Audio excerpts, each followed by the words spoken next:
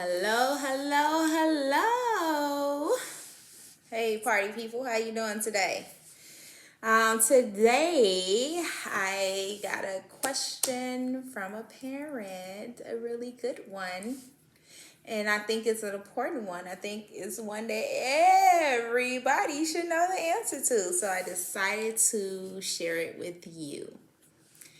The question I got today is, and I'm pretty sure a lot of people have asked this before because I've gotten it a lot my whole entire career in early childhood education. Why must I pay for my child when they're not coming to school? And the answer is simple. You are paying for your child's spot. This is not a pay as you go ordeal, right? If you want to pay as you go ordeal, there are many centers out there that are called drop-in centers.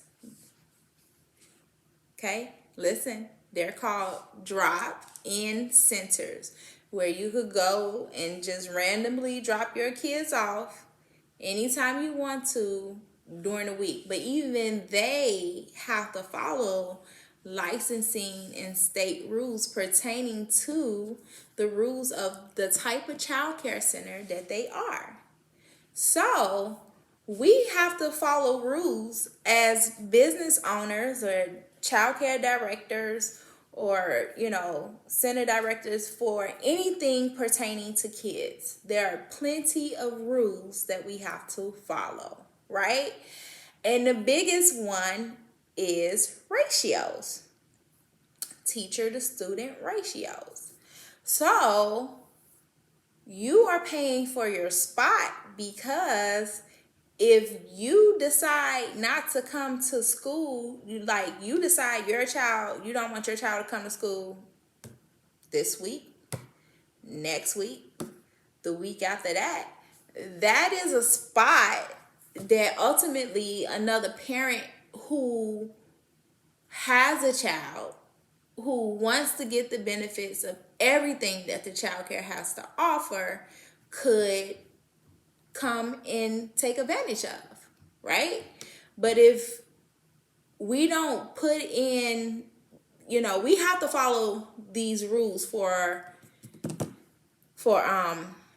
licensing state rules for ratios. So it's only a certain amount of kids that could be in a classroom at a time, okay?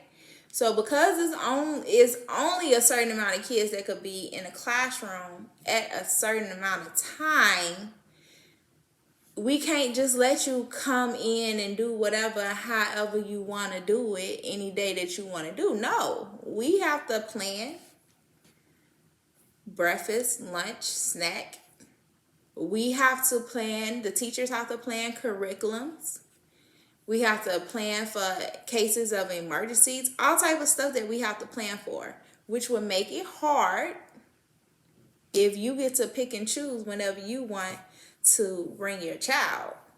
It'll make it even more harder for us to get consistent pay to be able to care for your child. So take all of that in mind. Now, drop-in centers, they have a set of rules too. I think it's only a set amount of time that your child could go to that drop-in center a week. I don't know the exact amount of time, but it's a certain amount of time. So say for instance, they giving you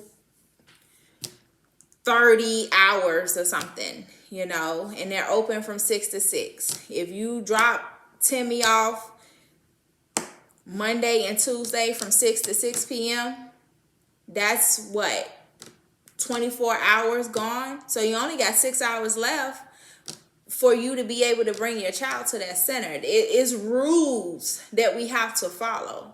So following those rules, you just have to pay for your child's spot.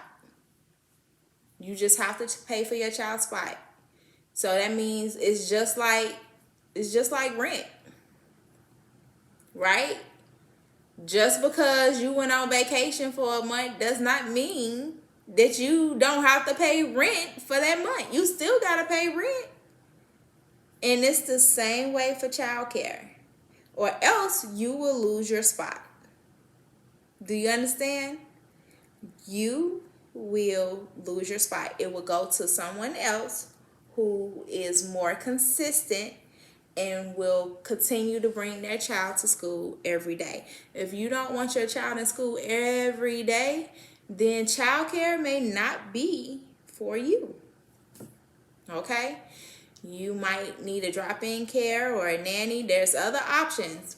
But if you don't want to use the services every day and you don't want to pay for the days that you're not using the services, then a full-time childcare center is just not for you, and you should look into other options because we have to follow rules. I hope this was helpful in you guys understanding. Remember, hey, just because you don't use the car for a month don't mean you don't have to pay the car note. It's the same thing. So I hope this helped, and if you have any more questions, please let me know. All right, have a good day. Bye.